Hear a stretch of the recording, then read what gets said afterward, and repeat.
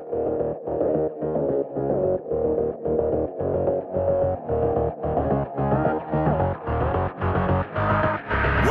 to The Real Deal, where it's all about real estate and related businesses in central Massachusetts and northeastern Connecticut.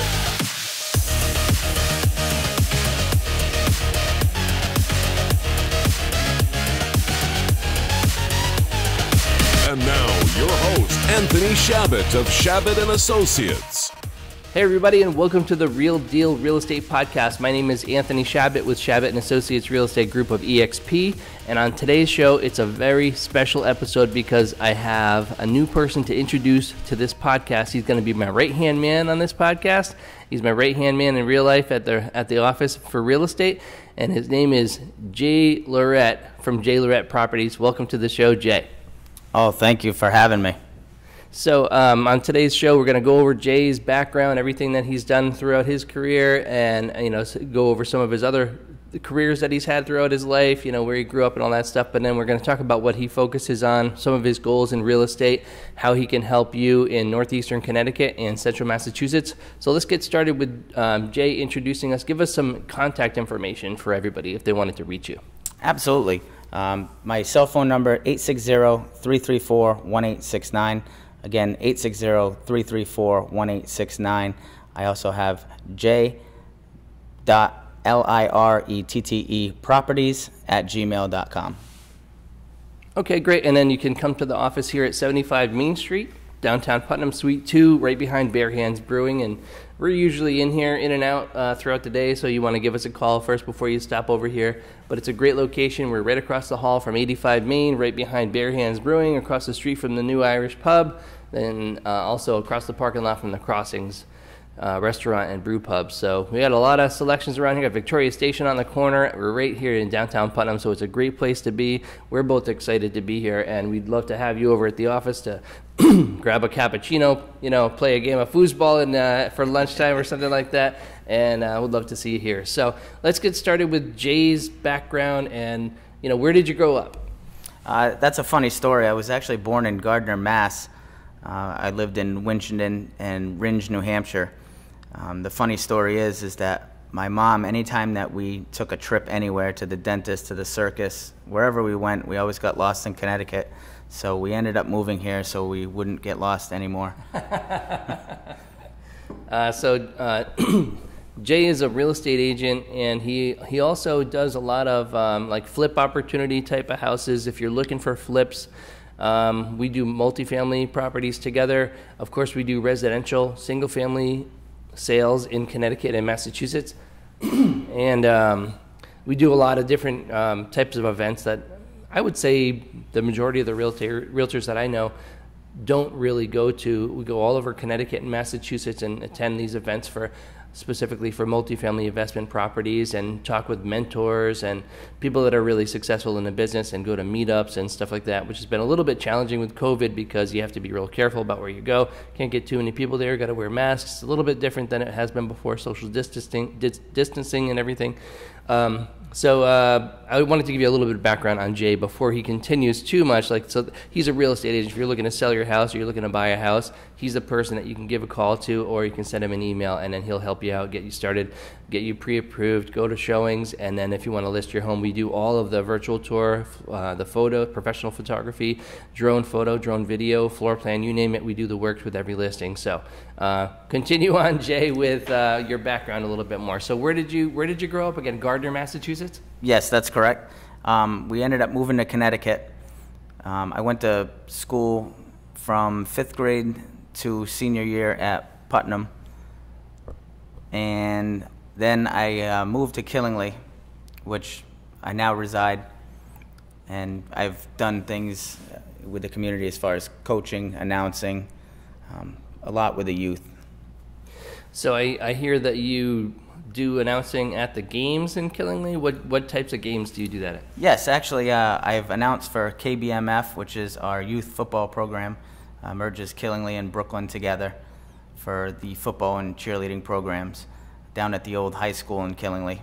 I've also done all-star baseball and softball games as well.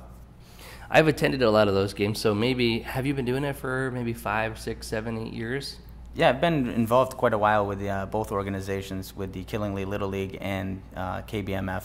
Interesting. Yeah, so we probably have seen each other or met, or sometimes I'll go up to the DJ booth and talk to the guys over there just to say hi. So after high school, what types of different careers did you have throughout your life?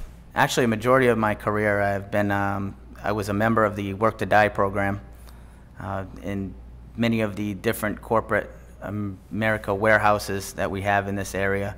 I won't name them to protect their innocence, but I basically I started when I was 21, working for a company very big, all worldwide, and I just worked a lot, not even thinking that there was basically like repercussions in a 9 to 5.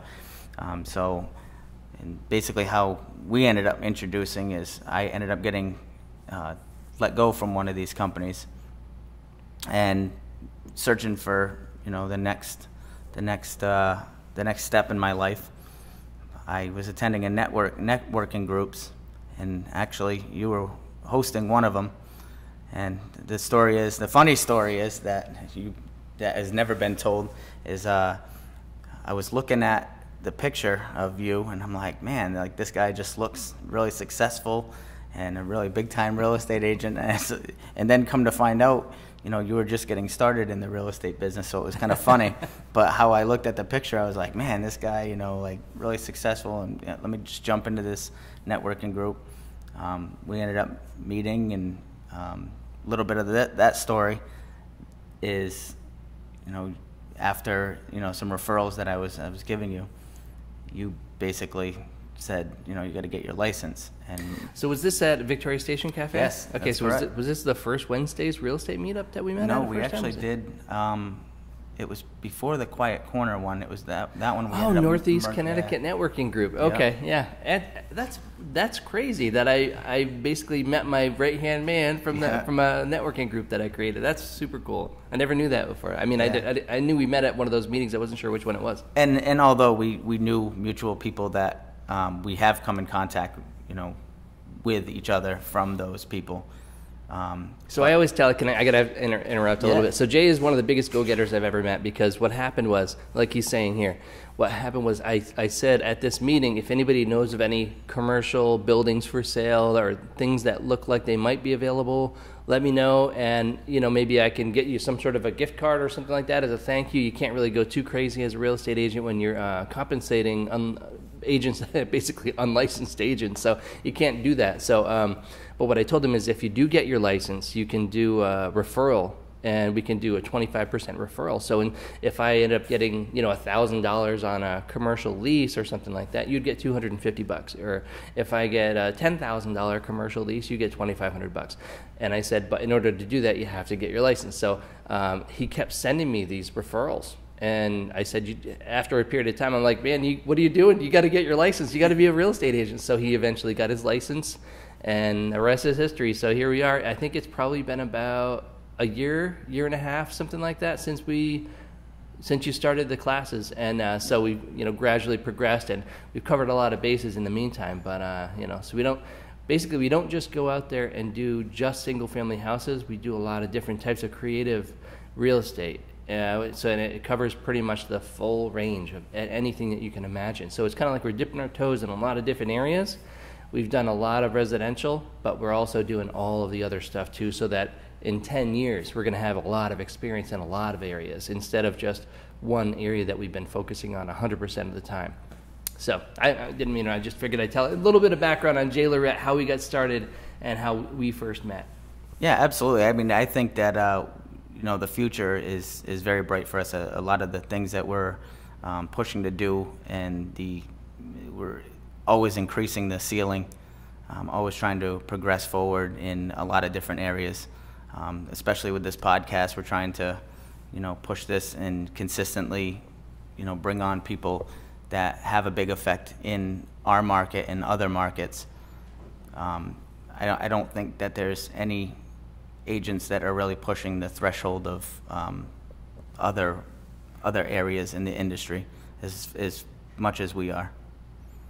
So I can kind of talk about that a little bit. For example, in real estate, we're going through a great time right now. Houses are selling really quick. The last 4 houses that I had, basically we had offers on the first day on the market, and most of them were sold either the first day or the second day under agreement and over asking price. So it's a great time to get listings, but the listings are so few and far between that it's hard to get listings right now because there's so little inventory on the market. People have either refinanced or they've already sold their house or they've already bought another house, so there's a limited pool of people. And also with COVID, I think people are a little bit apprehensive to make any changes right now because they don't know what the future holds.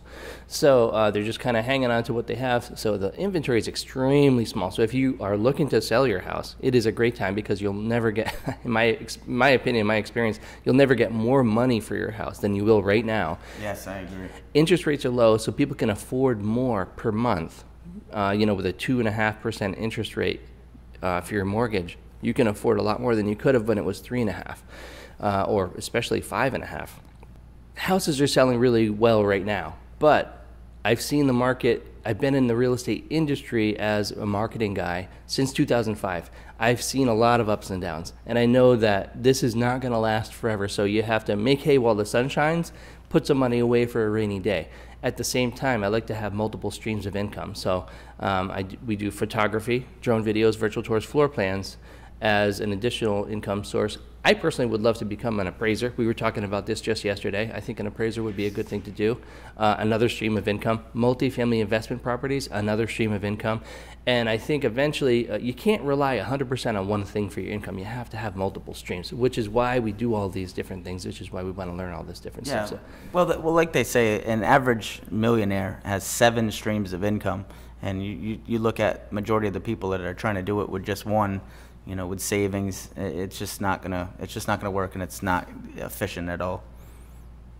And the multifamily investment properties is such a great community of people, and that's why we spend a lot of time learning that group of people, getting to know those people. And I think that's going to be eventually. I've said it for a long time. I would love to eventually have my goal be. I would be an apartment syndicator for large complexes and bring people together, raise capital, and be an apartment syndication specialist. But in the meantime, learning all these different pieces of the puzzle as you go along definitely is a requirement. You have to learn property management. You have to learn how to analyze multifamily properties and, work with buyers. As far as, multifamilies, I mean, you look in a lot of the multifamily neighborhoods, some of them aren't the greatest. That's where it sets you and I apart, is that we have no fear and no problem to go talk to, walk the streets and door knock and really talk to a lot of these people about selling or, even fixing up their area. A lot of agents that I know of, I don't see them in those neighborhoods a very lot. They're looking for the high-end houses and the quick listings, stuff like that. But we really go anywhere. So that's one thing I noticed about Jay right away, is that he wasn't afraid to talk to people. I forgot where it was. We were somewhere, and I said, "Why don't we go talk to this person or that person?" And Jay was right there with me, which I really, like he said, I have no fear of talking to people. I'll go anywhere and talk to anybody at any time. And he and I are exactly the same like that. I think you have to be like that as a real estate agent. I didn't realize how hard that was for some people to do until I tried to get some friends to, be a real estate agent with me. And they were like, "I am not a people person." And I said, "Are you kidding me? You're one of the funnest people to be around. We have such a great time. And you're such a people person." But they're like, "No, I'm actually an introvert. It's just around you, I'm more comfortable, and I talk to you like that." But Jay really is an extrovert. He will go around and talk to everybody everywhere he goes. Well, the crazy part of that too is the other networking group that we had. We had a real estate meetup, and I attended that, and I met a few people in the industry right away. One of them being Todd Cook, and we talked for a little while there, and he basically said, "You are a commercial real estate agent, through and through." And I said, "Well, why do you say that?" And at one point, I was with a company that really taught me to kind of pull away from the, corporate work to die program that I mentioned before. And there was, other ways of making money, and that you wanted to be an independent, you wanted to work for yourself. And going to these networking groups, I was, trying to find that way. And Todd basically said that you walked up and down the street going into every business. And he says, and you walked right into my business and started talking to me, and he says we sat down for an hour after that. So it really was, with Todd being such a inspirational part of the real estate industry for me, as well as you. But Todd really said that, with 90% of agents, all it is learning to talk to people. And he says, and you have no fear with that. So I really thought I had really good odds to do well in this industry. So Jay and I also have similar interests in so many different areas that, and as we're getting to know each other a little bit better, we're starting to realize, oh, you like this, you like that, you like this, all these different things. Fly me to the moon. Frank Sinatra, at the office, we're listening to piano in the background and stuff. It's like just so relaxing. And then he's fine with, if we have a list of people to call, or if you want to go and walk around and talk to different people, you can knock on doors and leave information with people and have events and talk to people, and even recording this podcast. So, all right, so I kind of go off on tangents on it. Everybody knows me. I go off on tangents on a regular basis just because I like to expand on certain things. But let's get back to Jay. So Jay he's a part of the community. He's grown up. He was born in, let me summarize real quick, born in Gardner, Massachusetts, came to Connecticut, went to school started in Connecticut at school in Putnam? In Putnam, yep. 5th to high school, I went to Putnam. Actually, 4th grade, I attended Woodstock for a half a year. And then, like I said, I moved out into Killingley, worked a die program for majority of the 21 to probably almost 40. So almost 15 to 20 years in the corporate work to die warehouse. So I should also say, same situation with me too. I grew up in Northeast Connecticut, and I was doing all kinds of just crazy jobs all over the place, warehouses, shipping, stuff like that. And then at one point I decided that I wanted to open a business, and it was a web design company. And then I went from web design to video production, and then from video production I went into real estate photography and drone videos, virtual tours, floor plans, real estate license. And since then, I realized that real estate was really the thing that I wanted to do. So you've had kind of a similar path as I have, in that we found real estate later in life, but it's also, we realized that it's by far our favorite thing that we've ever done. You know what, though? As I was introduced to an idea when I was younger, one of my friend's moms actually was kind of introduced a thought into my head. Oh, you should buy this building. It has 3 units. And you should live in one and rent the other 2 out, and that just seems so fascinating. And then I just never expanded on it, and I look back and I'm like, man, I should have definitely did that when I was younger. I agree. Yeah, I should have also. It did sound so fascinating, and I really loved the idea, and I sat there dreaming about it. So I guess, looking back, there was an introduction of investing in real estate, and I just never captured it, never went after it. And when I was 21, I was really teetering on the idea of either becoming a real estate agent or becoming an insurance person, like insurance sales type of thing. And I was I remember talking to Caldwell Banker back when I was about 21 years old. And I was sitting at my computer. This is quite a while ago, actually. This is 27 years ago. Yeah, wow, that's crazy to think about it like that. I don't know, at 21, I was still thinking that my NFL running back career was still in play.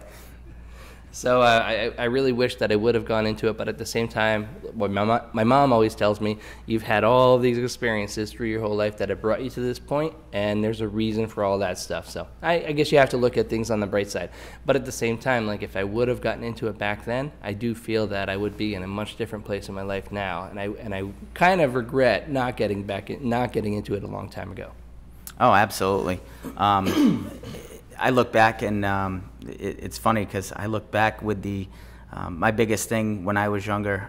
Of course, I wanted to be in the NFL at one point, and then I got onto the clothing design. I actually, for years and years, I sat there drawing and designing, outfits and clothes. And actually, I don't know when it actually came out, but I did finally come out with the clothing line, so I can at least check that off and say, hey, I did it. But it didn't really, sell as much as I thought, or fast as I thought. I thought everybody that was around me was going to buy it, and I thought I was going to be like this, fashion mogul, Russell Simmons. So I do have some clothes left, and the memories, and maybe I will cross that bridge again. But at least I can say that I put it out there.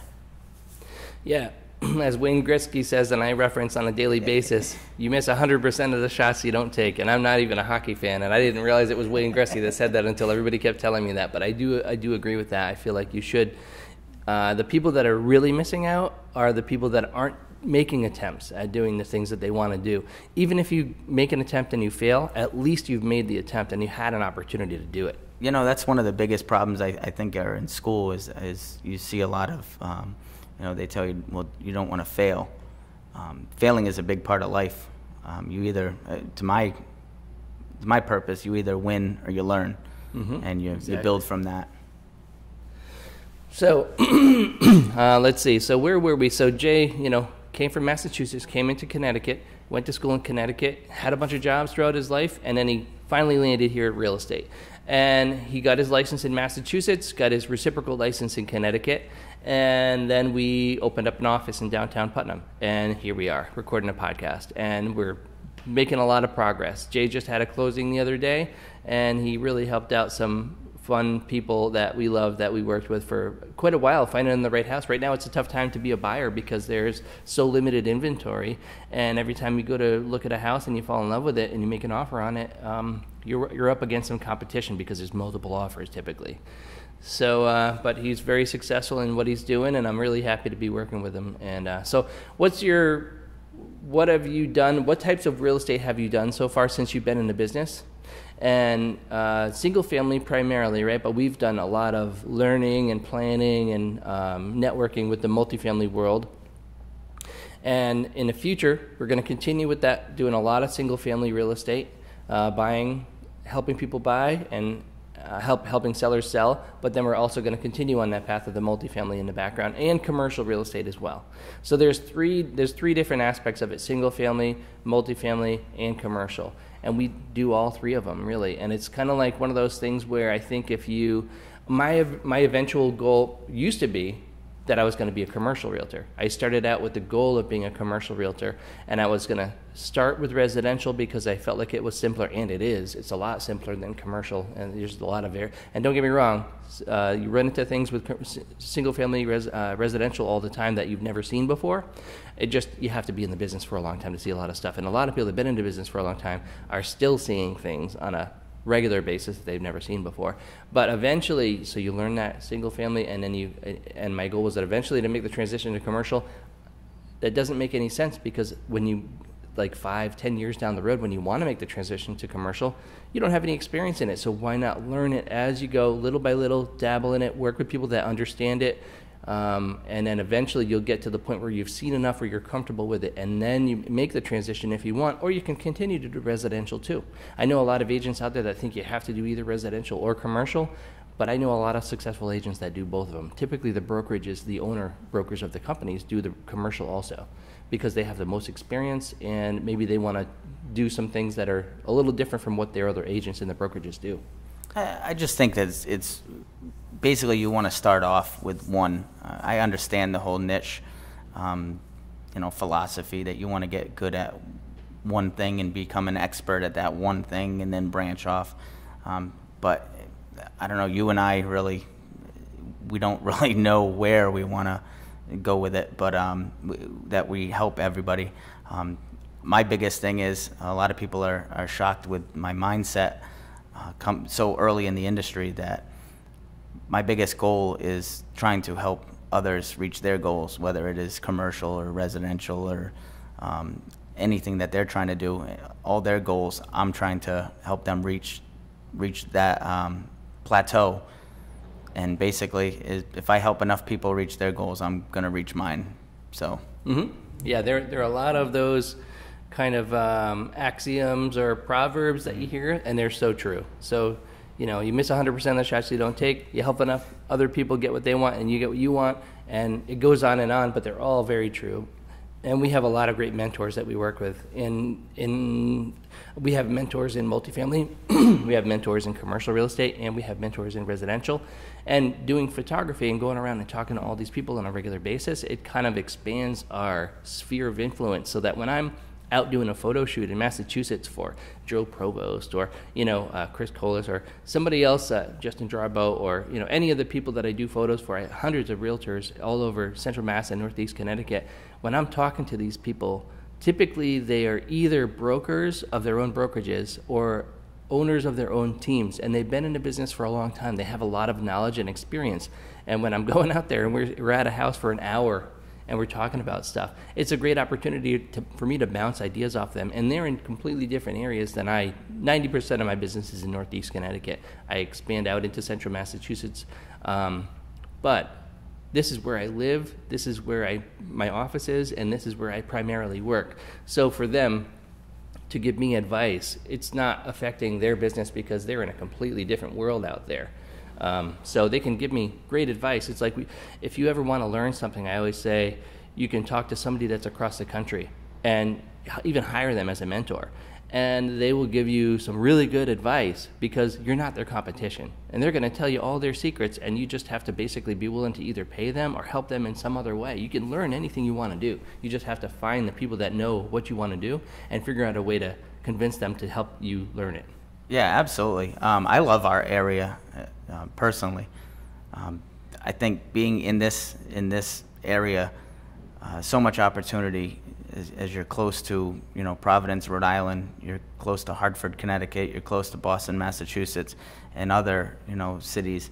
But you look at Hartford, Providence, and Boston, and they're probably, 3 of the biggest cities in New England. So you're pretty accessible to those cities and other, satellite cities. And it's just a great opportunity. Other people, always ask me, like, well, why don't you move, more toward the city? It's like this is a perfect spot to really be accessible to those locations. Yeah, I totally agree. It's nice. We're 20 minutes south of Auburn, 25 minutes south of Worcester. We have Providence 45 minutes east. Hartford's about an hour, 50 minutes west of us. New London about 45 minutes or so. And New York City, what's it, about 2.5 hours? I never know because sometimes you're running into traffic. About 2.5, 3. So we do live in a great area where we can cover a lot of ground in this area, and we can network with people from all across New England and have a great group of people that we can basically just talk to, get ideas from, learn from, and have a lot of fun in the real estate industry with. So Jay and I have already kind of reached out to a lot of these different people. We are planning on having events in Northeast Connecticut at our office in downtown Putnam. We've already had one a couple weeks ago. That was a lot of fun, and we're going to have some more down the road. I've also actually used to have this first Wednesday's real estate meetup on the second floor of Victoria Station Cafe. That was a lot of fun. We had probably 20, 25 people show up at a couple of the different events that we had, and it's just so much fun to get together. The way I look at it is, why wouldn't you want to get together with like-minded people and have conversations with a wide variety of people about whatever it is you want to talk about? You can bring up things that you're having challenges with, and you'll find solutions to these problems from people that have been in the industry a lot longer than you have. And you just make relationships with people that you can trust, and you find out who you really get along with by doing this type of thing. I think it's great to bridge the gap as well. As we're working with lenders, we're working with attorneys, and on those events that you're talking about, you really had that scope of people in those industries that you really could, bring them aside and say, hey, I'm dealing with this, or basically in the open, you can ask everybody, like, hey, this is what I'm dealing with, and what are you seeing, and what are your thoughts on it? And it really was a great event for everybody that attended. Yeah, I totally agree. It's nice to be able to have experts in their field. So if you have one of these meetups, typically you're going to have at least a few lenders there. You're going to have hopefully attorneys are harder to get to show up at these events, but you're probably going to have some good attorneys that are going to show up, that are going to give you some good ideas, maybe a title company, and other real estate agents, whether they are commercial, multifamily, residential, or do all of those different things. And you might even have contractors that show up that can give you some good help, good information. I do remember a couple of the contractors. Yeah, there was actually a few investors that showed up too as well. Mm-hmm. I remember those as well, that they attended the event, looking for contacts, looking for really to find their deals. Yeah, now when we have the newer types of events that we have, we do have a lot of multifamily investor type of people, multifamily sellers, multifamily buyers, and it's experts in the industry, people that are authors and mentors and very successful multifamily investor type of people. That's kind of what we're focusing on now at this point. And I do have multifamily properties that I spend a lot of my day talking to people about. They're a lot more complicated, and because when you sell a 3-family house, you're dealing with 3 sellers, kind of, and even though they're not the owners, you have to arrange appointments with these 3 tenants, and you're dealing with 3 different heating systems, 3 different electrical systems. You have 3 different units that you have to go into and look at and analyze, and then you have all the rents that you have to look at, and what's the it's a lot more complicated to analyze a multifamily property than it is to analyze a single family property, in my experience. Oh, I definitely agree. I think a lot of the agents kind of steer away from it because it is, challenging or complicated, difficult, and that's what, like we've said, that you and I kind of will grasp it and go tackle it, because it's it's what everybody else is shying away from. We're learning it, and we're mastering it per se. Right, especially as a listing agent that has to try to coordinate the showings with all the tenants. That can be a real challenge with multis. As a buyer's agent, it's kind of nice because you just, call the listing agent and try to set up an appointment to go take a look at something. But on the other side of the equation, it's a little bit more work typically. So where do you see yourself, Jay? I know you probably get this question from people. I know I get it occasionally, and I'm like, oh, you know what? Here's where I'd really like to be. But where do you see yourself 5 years from now or 10 years from now? What's the grand plan for J. Lirette Properties and J. Lirette in general? 5 years older, about 10 pounds heavier. No, in all honesty, 2021 is I'm going to be breaking new grounds. I'm going to be actually probably about spring or summertime going to be mentoring, investing in real estate courses, and really shadowing people on how to invest in real estate, really giving back to the community. I am a part of the Killingly Economic Development Committee, so that's going to be huge. I have a lot of great ideas to bring to the town and to try to really boost up my community as far as real estate and real estate investing. But I think that's basically my path of mentoring others and trying to broaden their horizons and broaden their mindset on the investing real estate possibilities. Right, because in order to help other people, a lot of people out there that are interested in the industry that want to learn about multifamily investment properties, or just whether it's commercial investment or multifamily investment properties, and any information that you have that somebody else doesn't have is information that you can help them with. And so you might be halfway to where you want to be, but they're at 0, and you can help them get to 20% or help them get to 40%, and then we may have to pull in more people that help us help them. But eventually, I think we're all going to get to our goal as long as we just stand by it. So I think eventually you and I both would like to own a lot of multifamily properties in the end. I mean, I'm thinking I would love to own 100 properties. I think that's a pretty good goal to get started with. Oh, absolutely. 100 units. Absolutely. I want to clean up. I know, me personally, I want to clean up some of the areas in my town with the multifamilies. I mean, you see them, really distressed, really in bad shape. I just think that brings down so many things in the town. Number one, property value.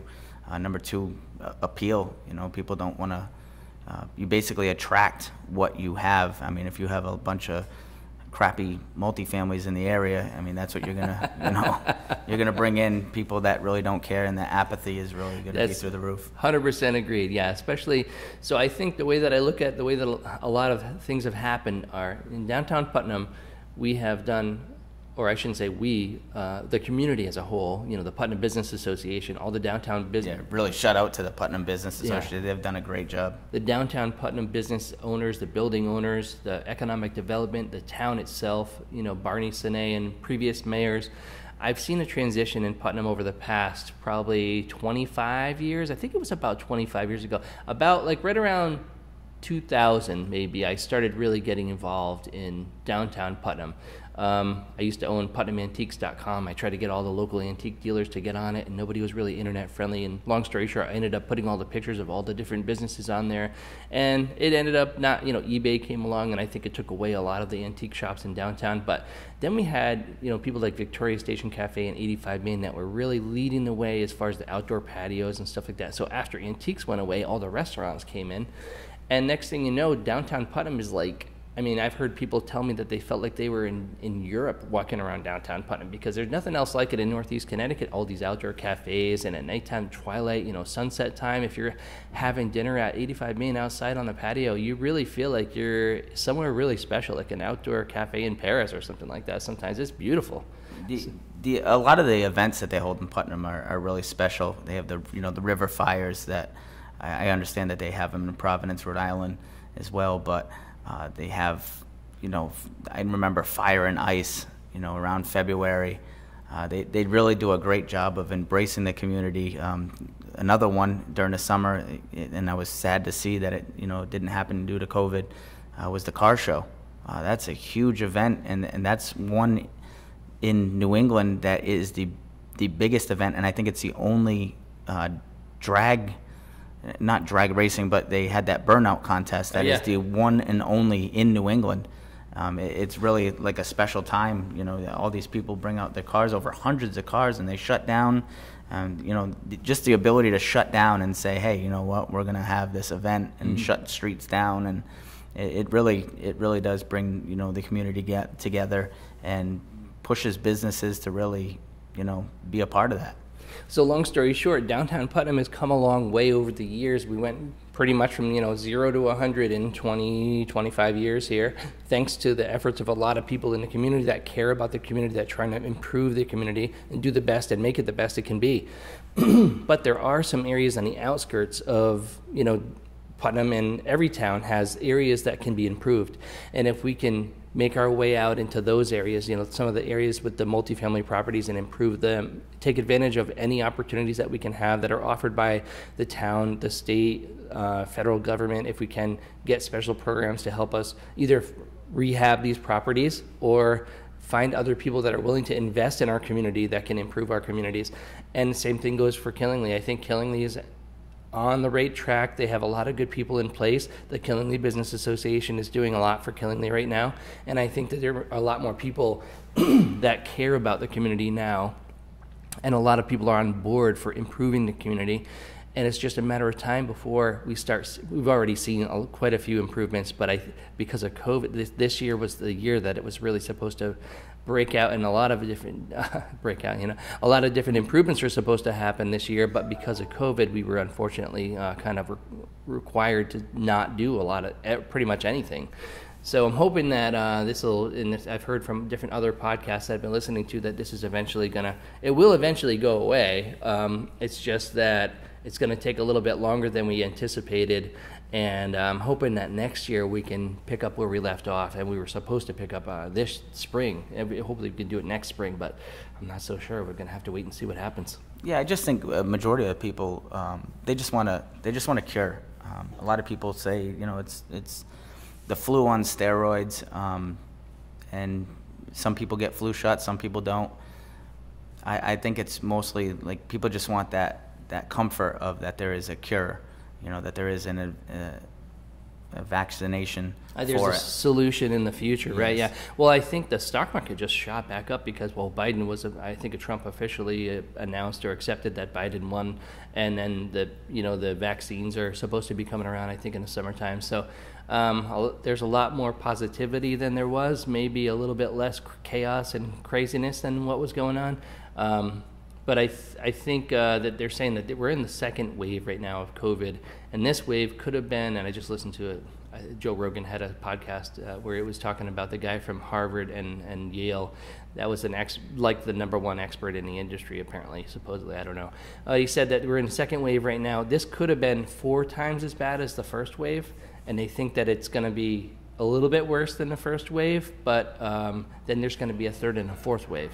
But by the time we have the third wave, they think the vaccine's going to be in place, so that should help out quite a bit. And that was a really interesting podcast. That's why I love podcasts. You can just talk about stuff forever. I actually got to thank you for that, because I've heard a podcast before, but then I got turned on to the Bigger Pockets from you, and then I kind of just branched out and started listening to other podcasts as well.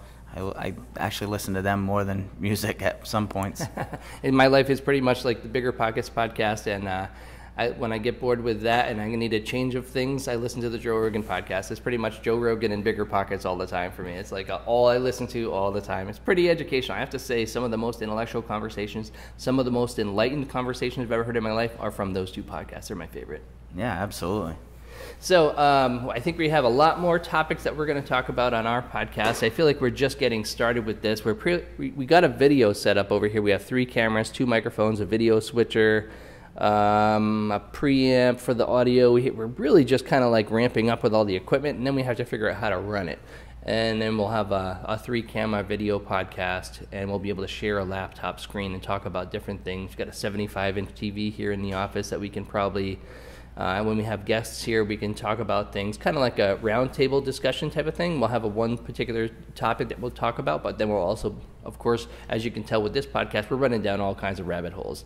So you pick one subject, but then as you're going on that subject and you're talking about it, you're going to run into different avenues that you can expand upon, and then hopefully come back to where you branched off, and then you pick up where you left off and move on. That's the hard part for me, to try to keep track of where it was when I branched off, because I go on so many different tangents. But hopefully I have you here. You can help me stay on track with that type of stuff. We have a good time here, though. So if anybody wants to stop over and meet with Jay Lirette, we're here, I think, pretty much every day, and which I was surprised about, because I wasn't thinking that we were going to be here that much, because I'm always on the road. But ever since we had this office, it's like, man, it's just such a nice place to go and be and make phone calls and edit photos and fill out forms and contracts. Yeah, it's definitely a great work spot. I mean, we do have a lot of fun here. This past Sunday, we came and watched the game. I brought a few of my kids, and we basically sat here, watched the game, and was able to get some work done as well. So, all right. So, if people want to meet up with you, Jay, how can they get in touch with you again? Yeah, absolutely. I'm on Facebook, Jay Lirette, or I do have a business page, Jay Lirette Properties. I also have a cell phone. If I'm awake, I'm open. So 860-334-1869. Again, that's 860-334-1869. All right. Thanks, everybody, for listening to the podcast. I'm honored to have Jay Lirette here, and we have a great time every day, and we help each other out in every way we can. My name is Anthony Chabot from Chabot & Associates Real Estate Group of eXp, and until next time, you can reach me at 508-847-0902, and my email address is anthonychabot@gmail.com, and the web address is chabotandassociates.com. Thanks, everybody, for listening, and have a great day.